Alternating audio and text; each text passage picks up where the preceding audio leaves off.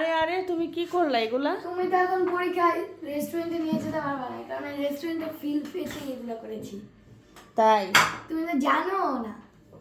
আমি কিভাবে জানবো? আমি তো নামাজ পড়তেছিলাম, আমি তো ভাবছি কি করতেছো, কে জানে কি কি করছো, আইটেম কি করলা? চিকেন ফ্রাই আর ফ্রেঞ্চ ফ্রাই। দুই বোন মিলে হচ্ছে রেস্টুরেন্টে নিব না পরীক্ষার জন্য, ওরা নাকি এই জন্য খাচ্ছে। রেস্টুরেন্টের ফিল নিচ্ছে বাসায়। কি বানিয়েছো, কি বানিয়েছো? ফ্রেঞ্চ ফ্রাই আপুর সাথে? অনেক মজা। দুই বোন মিলে কি করলা বলো? বাস একটা কথা বললাম। আমার দুই মেয়ে নাও তুমি একটু খেয়ে দেখো। খাবো, দেখেন আমার দুই মেয়ে মিলে।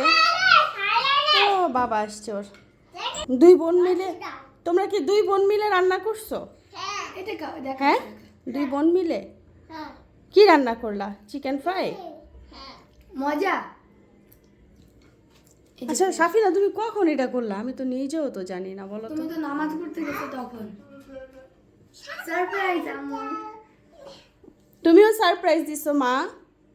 হ্যাঁ মা বলো। বলো মজা হয়েছে? কি যে দুষ্টামি করতেছে, ও হইতেছে দুষ্ট সেরা। মজা।